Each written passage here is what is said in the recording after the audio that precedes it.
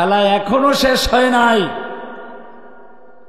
আমিরে মুআবিয়া রাদিয়াল্লাহু তাআলা আনহু এবং আলী রাদিয়াল্লাহু তাআলা আনহুর মধ্যে যুদ্ধ চলছিল, যুদ্ধ।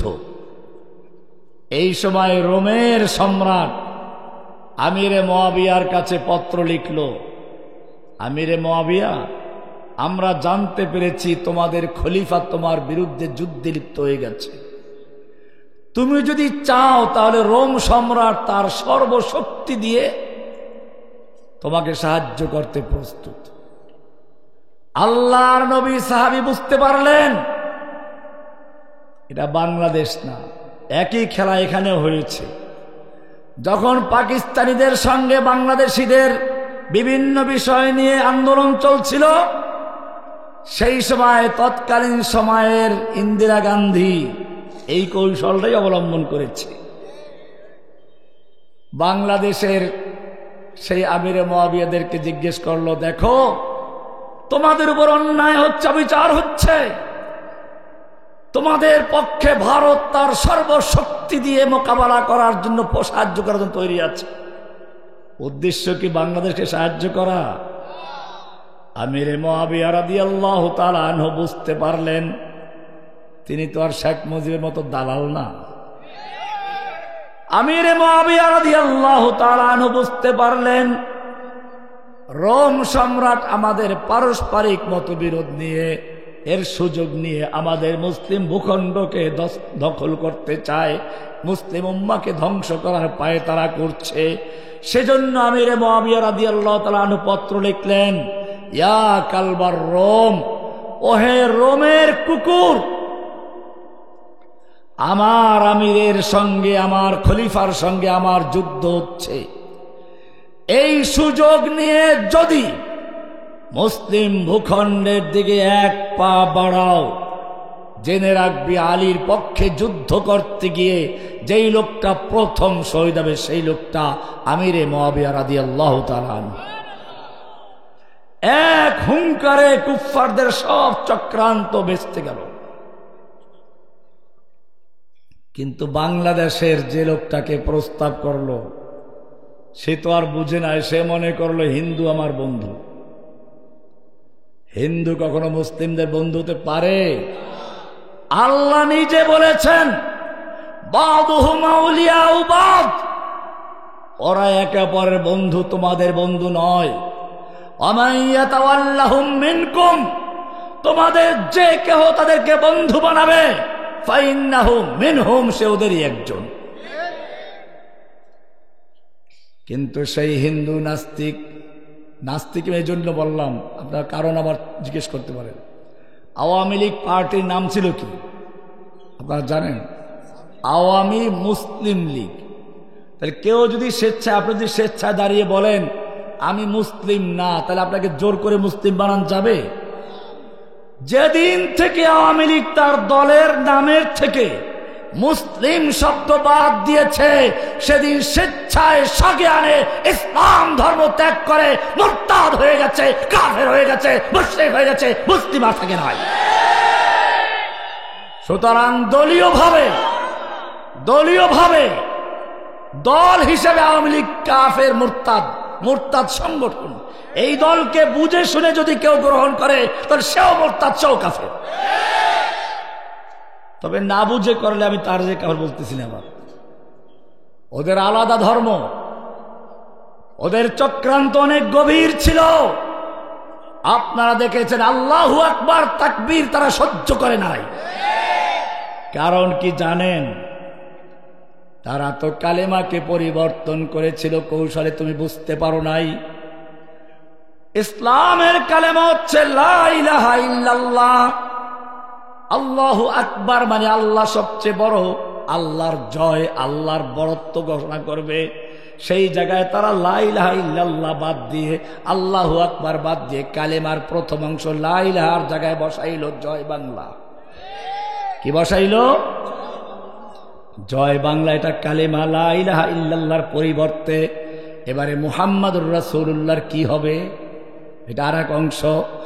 ও মুসলিম, ভালো করে বুঝে রাখো, তুমি যদি বুঝতে না পারো তাহলে স্লোগানটা ভালো করে খেয়াল করো।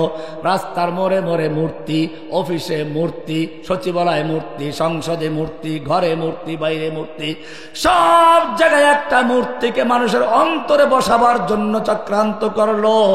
অন্তরায় হলো দেশের মানুষ মুসলিম আল্লাহর রসুলকে ভালোবাসে।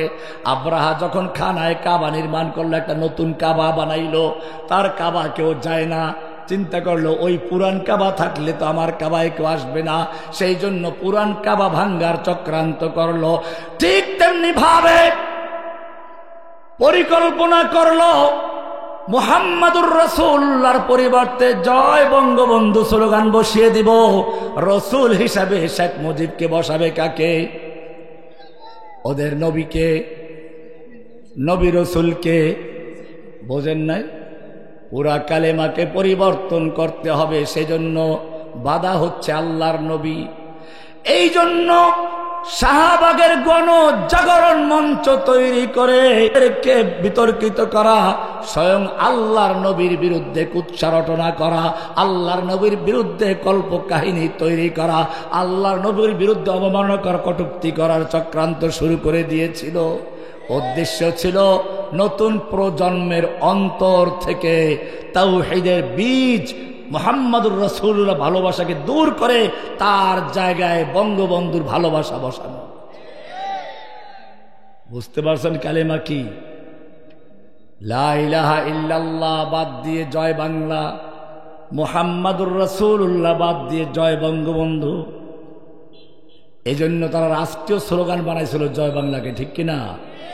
মুসলমানদের রাষ্ট্রীয় স্লোগান লা ইলাহা আল্লাহু আকবার। এই আল্লাহু আকবার ধ্বনি তাদের সহ্য হতো না, দাড়ি লাগলে সহ্য হতো না, টাকনুগিরার উপরে লুঙ্গি পাজামা পরলে সহ্য হতো না। এগুলো জঙ্গিদের লক্ষণ। পত্রিকা দেখেন নাই? অমুসলিম ভালো করে তোমাকে বুঝতে হবে, আল্লাহর নবীর বিরুদ্ধে কটূক্তি করাটা সাধারণ কোনো বিষয় ছিল না। নবীর সাথে জনগণের যে ভালোবাসা আছে, এদেশের মুসলিমরা আল্লাহর নবীকে ভালোবাসে, সেই ভালোবাসা উৎখাত করে তার জায়গায় একটা নাস্তিককে বসানোর চক্রান্ত করা হয়েছে। ভারত যখন ওই নাস্তিককে বলল, দেখো শেখ মুজিব, তোমার উপরে পাকিস্তানিরা বড় অন্যায় করছে। অন্যায় তো ওরা ঠিকই করছে, কিন্তু সেই অন্যায়গুলোর সমাধান এই দেশ এমনও স্বাধীন হতো, ভৌগোলিকভাবে এই দেশটা এমনও স্বাধীন হতো। একটা কালো কুত্তো যদি নেতৃত্ব দিত তার এই দেশ এমনি স্বাধীন হতো। এটা ইংরেজরা ভাগ করার সময় সেইভাবেই করে গেছে, এটা মনে রাখবেন। ভারতকে যেভাবে পূজা করা হয়েছে, ভারত বাংলাদেশের স্বার্থে স্বাধীনতা যুদ্ধে সাহায্য করে নাই, বরং পাকিস্তানকে ভেঙ্গে টুকরো টুকরো করার জন্য, বাংলাদেশকে তার অধীনস্থ করার জন্য সেদিন এদেশে সাহায্য করেছিল। এবং সেজন্য এদেশের সম্পদ সব তারা লুটপাট করে নিয়ে চলে গেছে। আপনারা জানেন মেজর জলিল নবম সেক্টরের কমান্ডার ছিলেন। তিনি বুক পেতে দাঁড়িয়ে গেছিলেন। এদেশের সব সম্পদ যখন নিয়ে যাচ্ছিল, সব মূল্যবান মেশিনারিগুলো নিয়ে যাচ্ছিল, উনি দাঁড়িয়ে গেলেন, মেজর জলিলের বুকের উপর দিয়ে গুলি চালাও, তারপরে নাও। এই জন্য মেজর জলিলকে জেলেও যেতে হয়েছিল। বুঝা গেল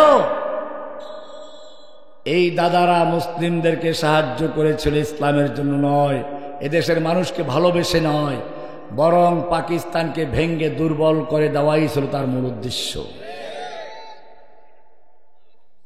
আমি বলছিলাম, এদেশে এসে বিভিন্নভাবে মুসলিমদেরকে বিভ্রান্ত করার চেষ্টা করেছে। আল্লাহ রাব্বুল আলামিন পরিষ্কার জানিয়ে দিচ্ছেন, কুলিল্লাহুম্মা মালিকাল মুলক, তুমি যতই ক্ষমতা কুক্ষিগত করো, সমস্ত ক্ষমতার মালিককে। কুলিল্লাহুম্মা মালিকাল মুলক, হে নবী আপনি বিশ্ববাসীকে জানিয়ে দিন, আল্লাহ হচ্ছে সমস্ত ক্ষমতার উৎস, সমস্ত ক্ষমতার মালিককে। সূরা আলে ইমরান 26 নম্বর আয়াত। তুতিল মুলকা মান তাশাউ, তুমি যাকে ইচ্ছে করো তাকে ক্ষমতা দান করো, ক্ষমতা দেওয়ার মালিককে। ওয়াতানজিউল মুলকা মিম্মান তাশাউ, আর তুমি যার থেকে ইচ্ছা ক্ষমতা ছিনিয়ে নাও। ক্ষমতা ছিনিয়ে নেওয়ার মালিক কে? দেখেন না কেমনে ছিনিয়ে নিল। কি দামি দামি খাবার, 100 পদের খাবার তৈরি করেছিল, বুফে সিস্টেমের খাবার তৈরি করে রেখেছে। কোটি কোটি টাকা বস্তা ভরা ছিল। কারণ কি জানেন? ওই দিন ছিল মূলত তারা জানে যে পরের দিন ছাত্র আমি ঢাকা দখল করবে, কাজে ওই দিন গুলি করে মারার জন্য তো শক্তির প্রয়োজন। এই জন্য পুলিশ অফিসার, সেনা অফিসারদেরকে দাওয়াত করে বস্তা ভরে টাকা দিয়ে পেট ভরে খাওয়াই দিল। নিজেও কায়দা মতো খাবে। রমজান মাস আসলে যাতে করে ইফতারি ভালো না করে সব জিনিসের দাম বাড়াইয়ে দেয়, আর বলে খেজুরের পরিবর্তে বড়ই দিয়ে ইফতারি করো, বেগুনির পরিবর্তে মিষ্টি কুমড়া দিয়ে বেগুনি বানাও। পেঁয়াজ নাকি উনি তরকারিতে দেয়ই না। দেখেন না খাবার অবস্থাটা কি? গোটা জাতিকে লুটপাট করে। প্রত্যেকটা ব্যাংকে গেলে আপনি টাকা পাবেন না। আপনি 10 কোটি টাকা ব্যাংকে রেখেছেন, ব্যাংক বলবে এখন 50,000 নেন, মাসে মাসে 50 করে নেন। আপনার ওই 10 কোটি টাকা খাইতে খেতে নাতিও শেষ হয়ে যাবে। টাকাগুলো গেল কোথায়? দেশের সমস্ত সম্পদ লুটপাট করে এক ডাইনি পেতনি এসে সবগুলো পেটে ঢুকিয়ে এরপরে তল্পি তলপে স্বামীর বাড়ি সব নিয়ে গিয়ে পালিয়ে গেছে। আমি আওয়ামী লীগ, যুবলীগ, ছাত্রলীগ, পুলিশ লীগ সবাইকে বলবো, তওবা করো, মুরগির থেকে শিখো। একটা মুরগি তার বাচ্চাকে যখন কেউ দখল করে ছো মারে, চিড়ে ছো মারে, তার সাথে লড়াই করে, ঠিক কিনা? আর তোমাদের নেত্রী তোমাদের ব্যাপারে জানতো, দেশের মানুষ তো ভদ্র, সেই জন্য তোমাদেরকে চিড়ের মতো ছিঁড়ে খায় নাই। ওবায়দুল কাদের বলেছিল না কমপক্ষে 5 লাখ লোক মরবে? 5 লাখ মরেছে। কারণ সে জানতো আমরা যে দুর্নীতি করেছি, এদেশের জনগণ সুযোগ পেলে রাস্তায় কুকুরের মতো পিটে পিটে হত্যা করবে। কিন্তু সেরকম করে না এদেশের জনগণ। কারণটা কি? ওই যে কুকুরে কামড়ালে কুকুরে পায়ে কামড়াতে হবে, সেই কল্পনা। আমি আওয়ামী লীগীদেরকে বলবো, একটা কুত্তা, স্ত্রী কুত্তা, তার বাচ্চাকে ধরে দেখেন না, সেও হামলা করবে। আর তোমাদের নেত্রী তোমাদেরকে এরকম ভাবে অভিভাবকহীন রেখে গিয়ে, তোমাদেরকে একেবারে রাস্তায় রেখে গিয়ে তারপরে পালিয়ে গেল, একটু বলেও গেল না। উল্টা 2 জন একসাথে পালাইতেছিল, একজন ধরা পড়ছে, কয় যে আর একজন ওরে ধরো, ওই ধরবেন বাবা, ধরাই দেয় না। আতানজিউল মুলকা মিম্মান তাশাউ, ক্ষমতা ছিনিয়ে নেওয়ার মালিক কে? এত পদের খাবার তুমি তৈরি করেছো, একটু মুখে দিয়ে খাবে সেই সুযোগটা দেওয়া হয় নাই। খাবার ছেয়ে পালাও, খেতে গেলে তোমাকে উল্টো খেয়ে ফেলতে পারে, জলদি পালাও। একটু বক্তব্য রেকর্ড করার জন্য মনে চাইল, সারা জীবন 1.5 যুগ পর্যন্ত জোর করে বক্তব্য শুনাইল। আপনারা তো বাইরে ছিলেন, জেলখানায় টেলিভিশনে শুধু বাংলা টিভি দেখায়, বিটিভি, বাধ্য হয়ে খুললেই কেবল ওইটা। আমার রুমে একটা টিভি ছিল, তো আমি করতাম কি, টাইম হিসাব করতাম যে বিদেশি খবরটা কোন সময় আসে, আন্তর্জাতিক খবরটা শোনার জন্য দেখতাম। অনেক সময় ওইটা উল্টোই, তোরা বুঝতো যে এই টিভি খুলবে শুধু আন্তর্জাতিক খবর শোনার জন্য, আন্তর্জাতিক খবর কোন সময় আগে কোন সময় পরে নিয়ে যায়। এত প্যানপ্যানি করলো, তারপরও তার শখ মিটে নাই, যাওয়ার আগে জোর করে বক্তব্য শুনাইনি। সেনাবাহিনী বলল 2 দিক থেকে আবাবিল আসতেছে, তাড়াতাড়ি পালাও, বক্তব্য রেকর্ড করার সুযোগ নেই। তুমি মেম্বারের মসজিদের খুতবার থেকে মাইক কেড়ে নিয়েছ, বক্তার সামনে থেকে তাফসীরুল কোরআনের মাইক কেড়ে নিয়েছ। এখন দেখো তোমার সামনের থেকেও মাইক কেড়ে নেওয়ার মতো কোন এক শক্তি আছে, তোমার বক্তব্য দেওয়ার কোন সুযোগ নেই। ওয়াতানজিউল মুলকা মিম্মান তাশাউ ওয়া তুইজ্জু মান তাশাউ, ইজ্জত দেওয়ার মালিক কে? অমুসলিম ভালো করে দেখে রাখো, আমাদেরকে জেলে নিয়ে গেল, রাজাকার বানালো কাউকে, জঙ্গি বানালো কাউকে। আমাদেরকে দেখেন না কেমনে করে উঠাইতো, হাতে হ্যান্ডকাপ, মাথায় হেলমেট, গায়ে বুলেট প্রুফ জ্যাকেট, তাও ময়লা, আবার কাপড় নষ্ট হয়ে যেত। এরপরে ডান্ডা বেরি এত করে উঠাইতো যাতে বিশ্বের দরবারে দেখানো যায় বাংলাদেশে মৌলবাদীদের উত্থান হয়েছে। এগুলো নিজেই করত। ভাইরা আমার, আপনারা জানেন যখন আমাদের কোর্টে উঠানো হতো, সুযোগ পেলে মানুষ পকেটে কিছু টাকা ঢুকিয়ে দিত, সুযোগ পেলে হাত মিলাতো। ইজ্জত দেওয়ার মালিক কে? আমরা জেল থেকে বেরিয়েছি, ইজ্জত দিয়েছেন কে? আর ওরা এখন জেলে গেছে, ওদেরকে জনগণ সুযোগ পেলে মুসাফার টাকা দিবে না, পচা ডিম দিয়ে আর ছেঁড়া জুতা দিয়ে স্বাগত জানায়। পালাতে গিয়ে দেখেন নাই, একজনে তো দাড়ি টাড়ি কামাইয়া তারপরে আল্লাহ নবীর সুন্নাহকে লাথি মেরে সনাতনী হইয়া বাঁচতে পারে নাই। আর একজনে তো গিয়ে পালাইল, জঙ্গলে কলা পাতা বিছিয়ে শুয়ে আছে।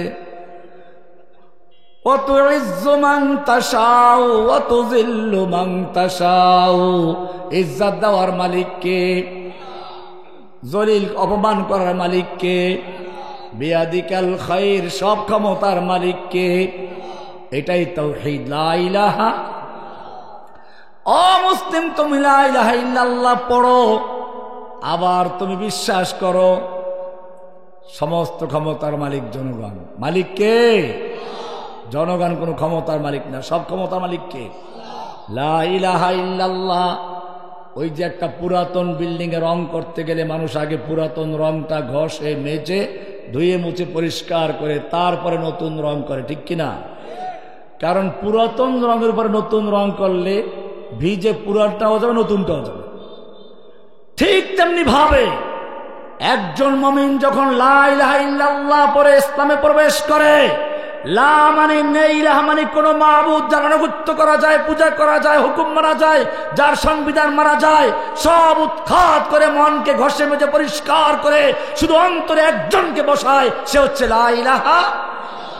লা ইলাহা ইল্লাল্লাহ, এটার নাম তাওহীদ।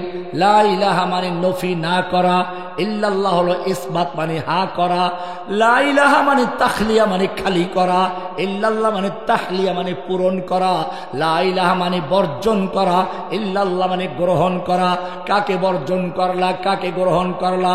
ও মুমিন ভালো করে শুনে রেখো, লা ইলাহা মানে হচ্ছে আল্লাহ ছাড়া যত কিছুর পূজা করা যায়, আনুগত্য মানা যায়, হুকুম মানা যায়, সব বাতিল করে দিলা। সব ক্ষমতার মালিক যেমন আল্লাহ, আইন বিধান দেওয়ার মালিক কে? বিশ্বাস হয়? লা ইলাহা ইল্লাল্লাহ মানে সমস্ত সংবিধান দেওয়ার মালিক কে? আইন দেওয়ার মালিক কে?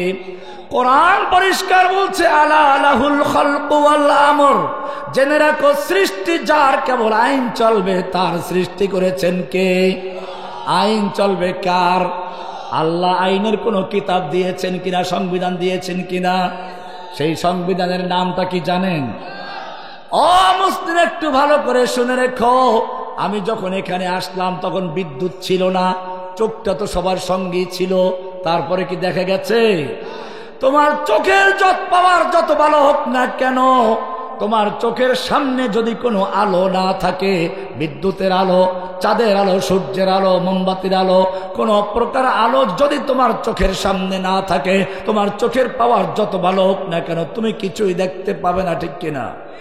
ঠিক তেমনি ভাবে তুমি যত বড় বিজ্ঞানী হও, জ্ঞানী হও, তোমার জ্ঞান চোখের সামনেও যদি একটা বিশেষ আলো না জ্বলে, তাহলে তুমি কিছুই বুঝতে পারবে না।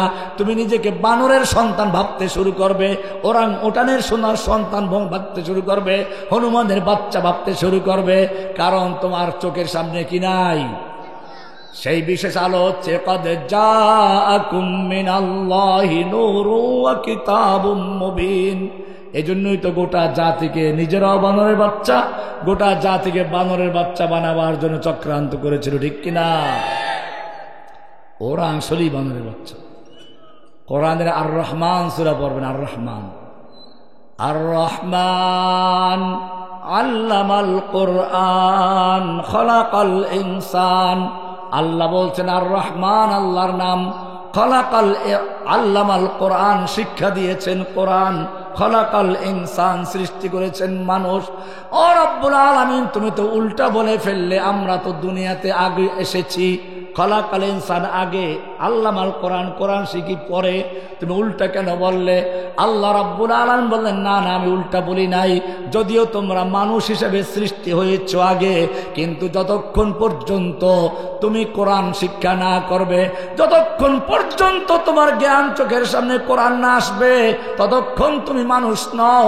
ওই যে দেখো ঢাকা বিশ্ববিদ্যালয় থেকে, সর্বোচ্চ বিশ্ববিদ্যালয় থেকে সর্বোচ্চ ডিগ্রি নিয়ে পাশ করে তারপরেও দেখো পয়লা বৈশাখে কেউ ভল্লুকের মুখোশ, বাঘের মুখোশ, হনুমানের মুখোশ, ভুতুম পেশকার মুখোশ পরে আসে।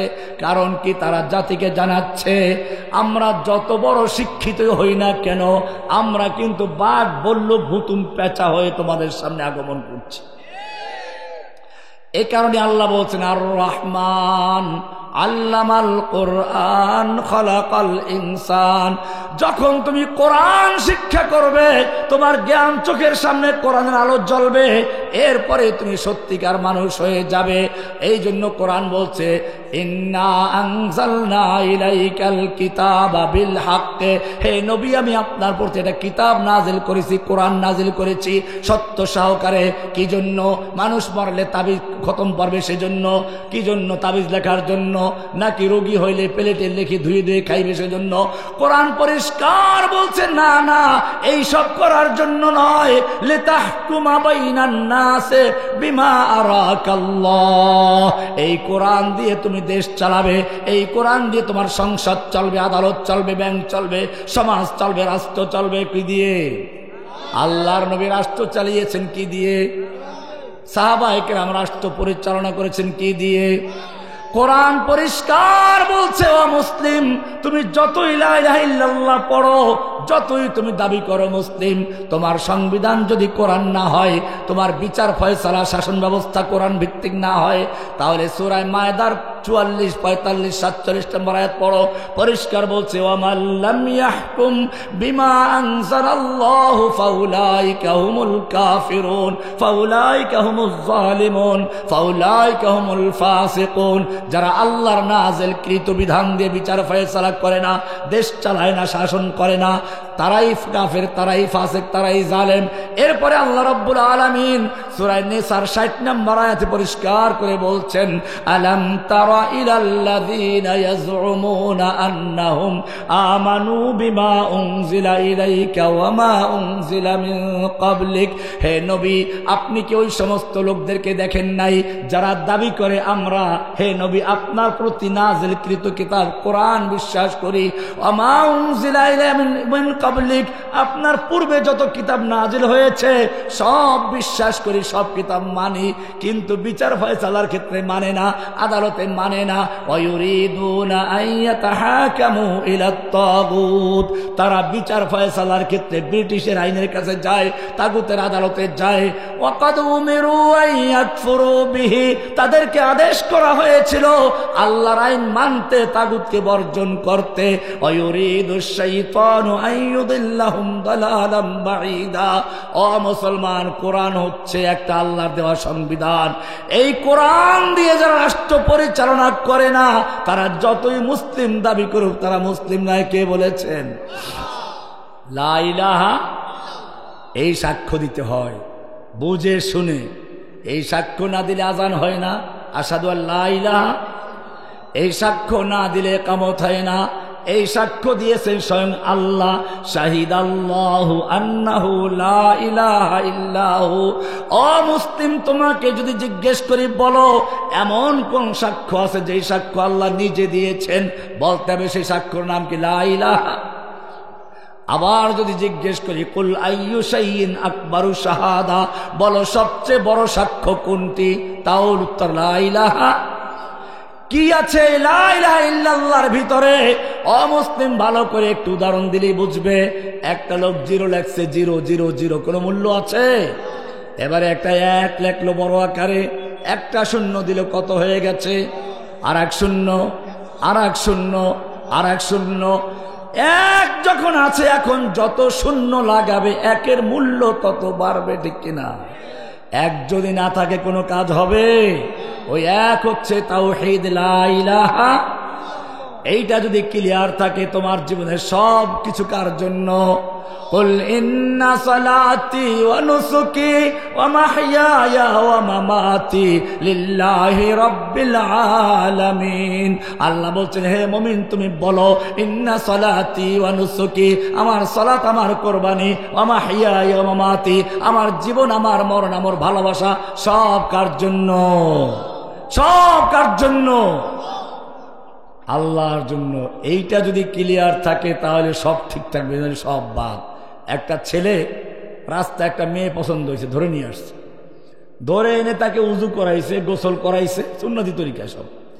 এরপরে জায়নামাজ বিছিয়ে দিল, কোরআন পড়ায়, হাদিস পড়ায়, ওমরা করতে মক্কায় নিয়ে যায়, মদিনা নিয়ে যায়। ও মুসলিম, সব কিছু মানে কঠোর শরিয়া মেনে ঘর সংসার করে, কিন্তু বিয়ে করে নাই। কি করে নাই? কি করে নাই? বিয়ে করে না। তো বিয়ে করা ছাড়া এই শরীয়ত মেনে ঘর সংসার করা কোনো মূল্য আছে?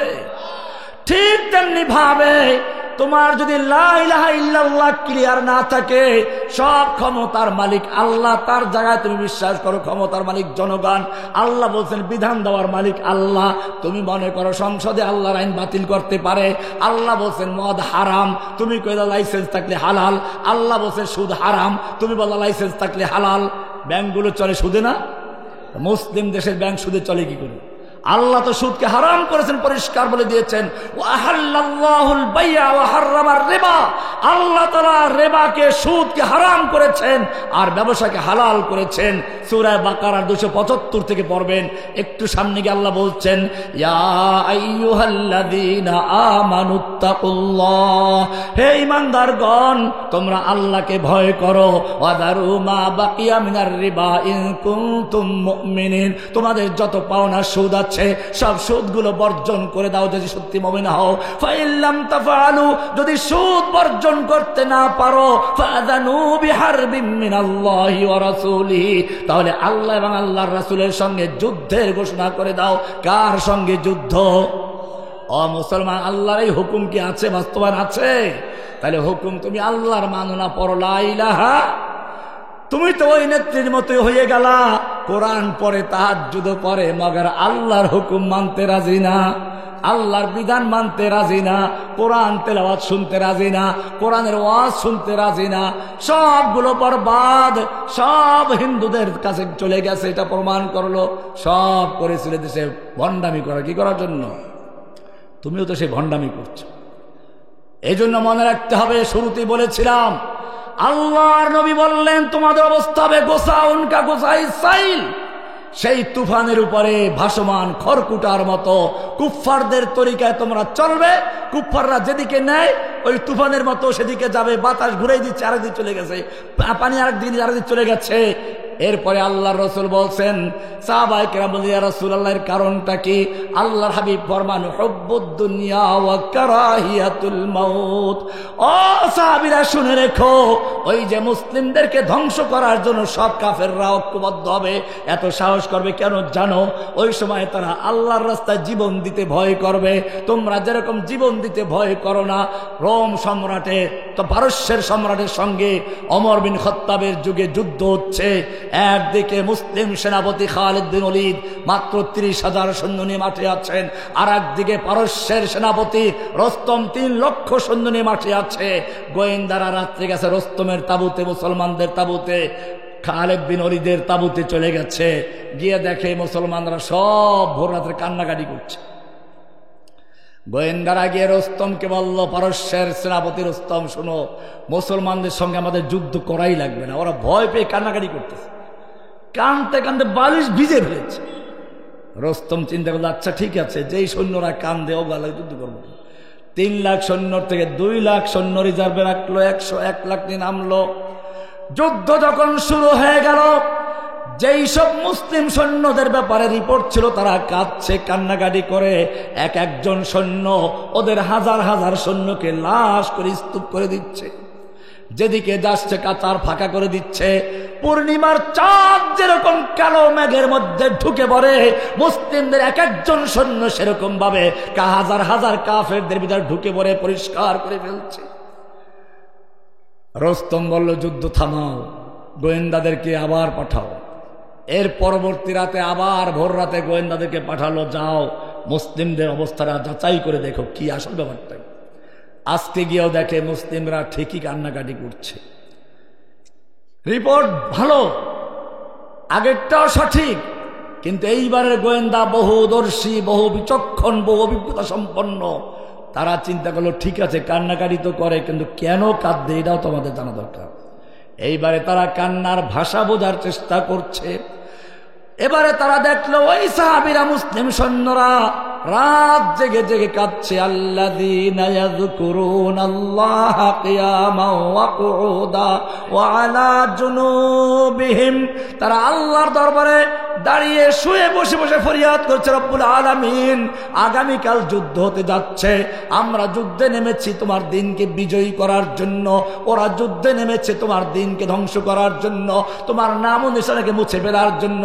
ও রব্বুল আলামিন আমাদের শক্তি দান করো, বাহুতে শক্তি দাও, ইমানি শক্তি দাও, আমরা যেন যুদ্ধ করতে করতে ওদের কাফেরদের লাশ বানিয়ে দিতে পারি, আমরা যেন যুদ্ধ করতে করতে শহীদ হয়ে যাই, টুকরো টুকরো হয়ে যাই, আমাদের লাশ যেন খুঁজে না পাওয়া যায়, আমাকে শক্তি দাও, সাহস দাও। গোয়েন্দারা বুঝলো এরা কান্দে ঠিকই, তবে আমাদের ভয়তে না, আমাদের মারার জন্য। রস্তমকে গে জানাল, রস্তম মুসলিম সৈন্যদের বিরুদ্ধে যুদ্ধ করে বিজয় লাভ করার স্বপ্ন দেখো না। রস্তম বলল, ব্যাপার কি, মুসলিমদের সৈন্যকে আমাদের চেয়েও বেশি? বললো, না তা তো অনেক কম। বলে, তাহলে কি অস্ত্র অনেক বেশি? না তাও তো কম। তাহলে কি ওদের গায়ে শক্তি বেশি? না শক্তিও কম। রস্তম খেপে গেল, অস্ত্র আমার বেশি, সৈন্য আমার বেশি, শক্তি আমার সৈনিকদের গায়ে বেশি, ভয় দেখাচ্ছ কেন আমাকে? গোয়েন্দারা বলল, রস্তম শুনে রেখো, হতে পারে অস্ত্র তোমার বেশি, সৈনিক তোমার বেশি, শক্তি তোমার সৈনিকদের গায়ে বেশি, কিন্তু জেনে রাখো তোমার সৈনিকদের কাছে সুন্দরী যুবতী নারী আর মদের পেয়ালা যত বেশি প্রিয়, মুসলিম সৈনিকদের কাছে আল্লাহর রাস্তায় জীবন দেওয়া তার চেয়ে বেশি প্রিয়। ভাইরা আমার,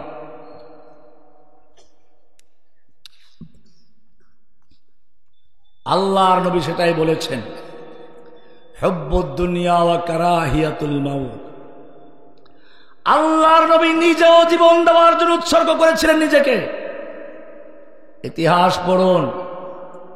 তোমরা তো মনে করেছো এমনি, দেখো না আবু সাঈদ জীবন দিয়েছে, বাংলাদেশ বিজয় হয়েছে, ঠিক কিনা? জীবন না দিয়া যদি দৌড় দেয় তা বিজয় আসছে? এর চেয়ে বড় সমাবেশ আগে হয় নাই বাংলাদেশে? পেরেছে? পারে নাই কেন? কারণ আবু সাঈদের মতো কেউ বুক পেতে দেয় নাই। কোরআন পরিষ্কার বলছে, আম হাসিবতুম আন তাদখুলুল জান্নাহ, তোমরা কি মনে করেছো জান্নাতে এমনি চট করে ঢুকে পড়বা? ওই যে আপনি চট করে আসবে বলছে না, চট করে আসো, চট করে, চট পড়ে আসো। বাংলার জনগণ তোমার জন্য অপেক্ষায় আছে। বিডিআর বিদ্রোহের নামে তুমি দেশের সেনাবাহিনীকে হত্যা করেছ। সেনা হত্যার বিচার করতে গিয়ে, বিডিআরদের হত্যা করেছ তার বিচার করতে গিয়ে তোমাকে ফাঁসির মঞ্চে ঝুলাবার জন্য দেশের জনগণ অপেক্ষা করছে।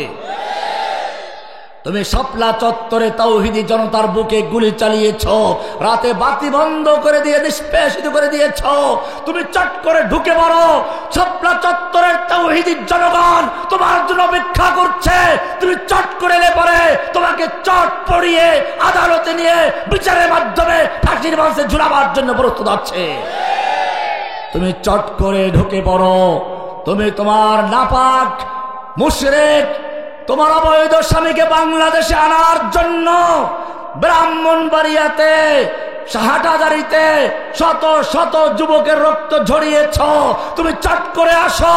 এদেশের তাওহীদি জনতা ব্রাহ্মণবাড়িয়ার শহীদদের বিচার করতে গিয়ে, হাটহাজারী শহীদদের বিচার করতে গিয়ে তোমাকে ফাঁসির মঞ্চে ঝুলাবার জন্য প্রস্তুত হয়ে আছে।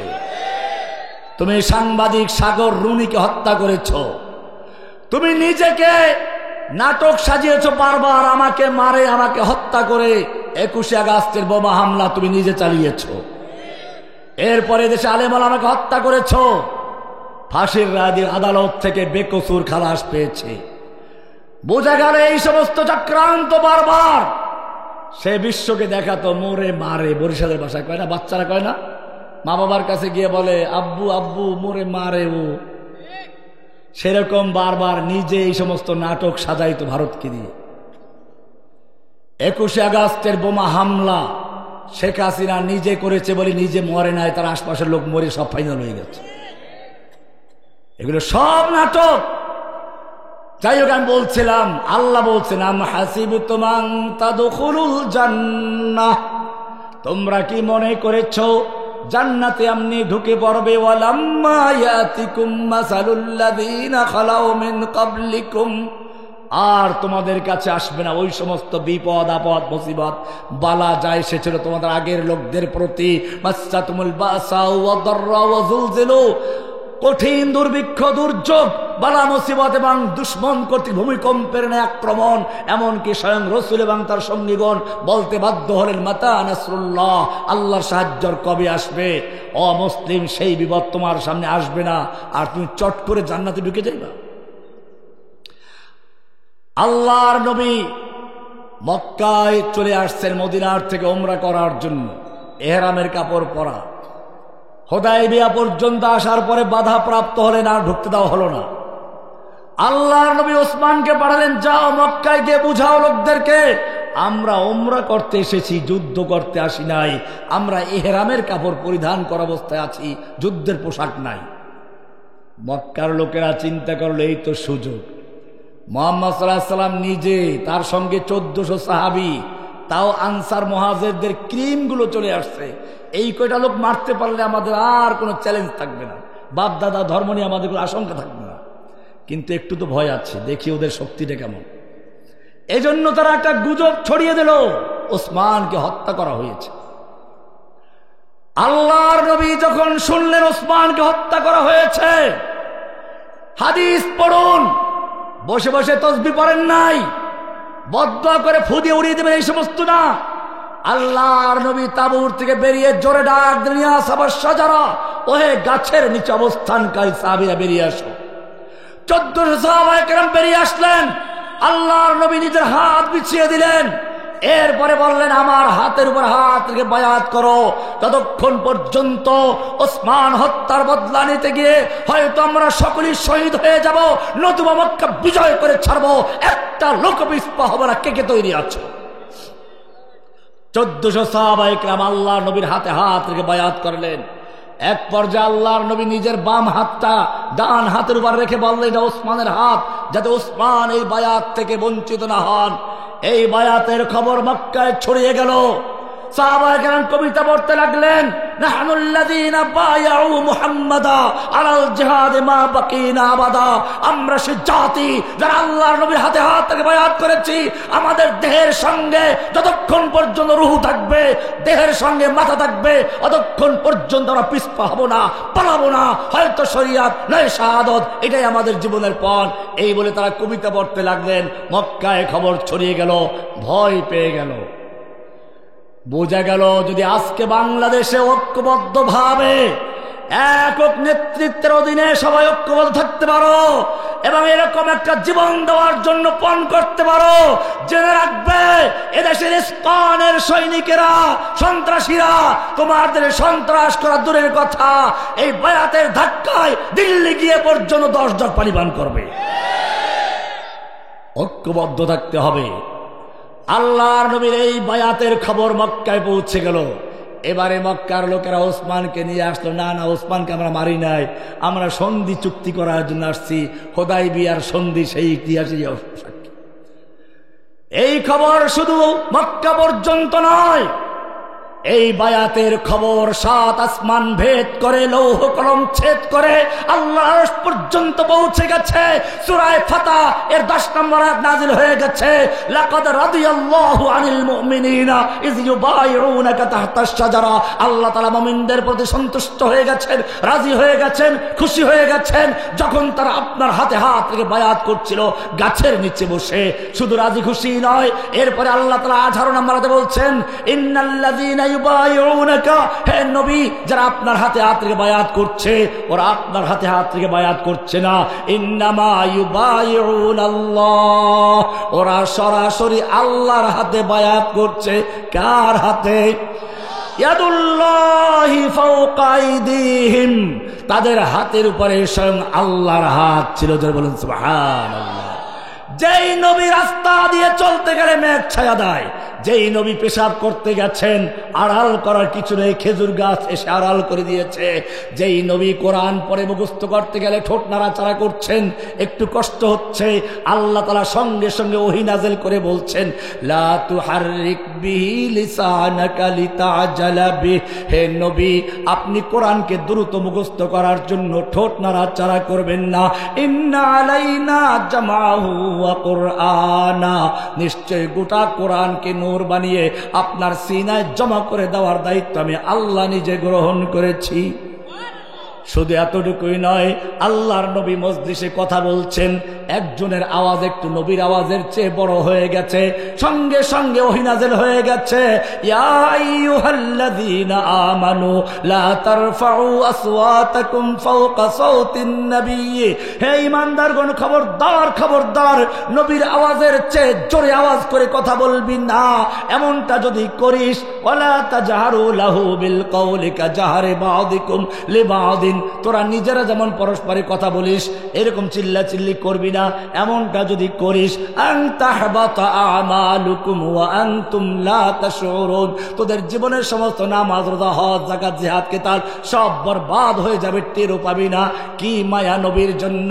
নবী জোরে কথা, নবীর উপরে দিয়ে জোরে কথা বললে ওহী নাযিল হয়ে যায়, নবী কোরআন মুখস্থ করতে গিয়ে কষ্ট করলে ওহী নাযিল হয়ে যায়। শুধু এ পর্যন্তই নয়, নবী তাহাজ্জুদ পড়তে গিয়ে পা ফুলে গেলে আল্লাহ কয়, না না এত কষ্ট করা দরকার নেই। আইয়ুহাল মুজাম্মিল, ও কামলিওয়ালা জাগো, রাত্রি জাগরণ করো, তবে শুনে রেখো, কুমিল লাইলা ইল্লা কালিলা, রাত্রি জাগরণ করো, ভালো ইবাদত করো ঠিক আছে, কিন্তু সারা রাত্র জাগার দরকার নাই। নিসফাহু আও ইনকুস মিনহু কালিলা, অর্ধেক রাত্র বা তার চেয়ে একটু কম বা তার চেয়ে একটু বেশি। তুমি সারা রাত্র ইবাদত করলে খুশি হও, আমি আল্লাহ তোমাকে একটু ঘুমান্ত দেখলেও খুশি হয়ে যাই। যে নবীর জন্য এত মায়া, এত মহাব্বত।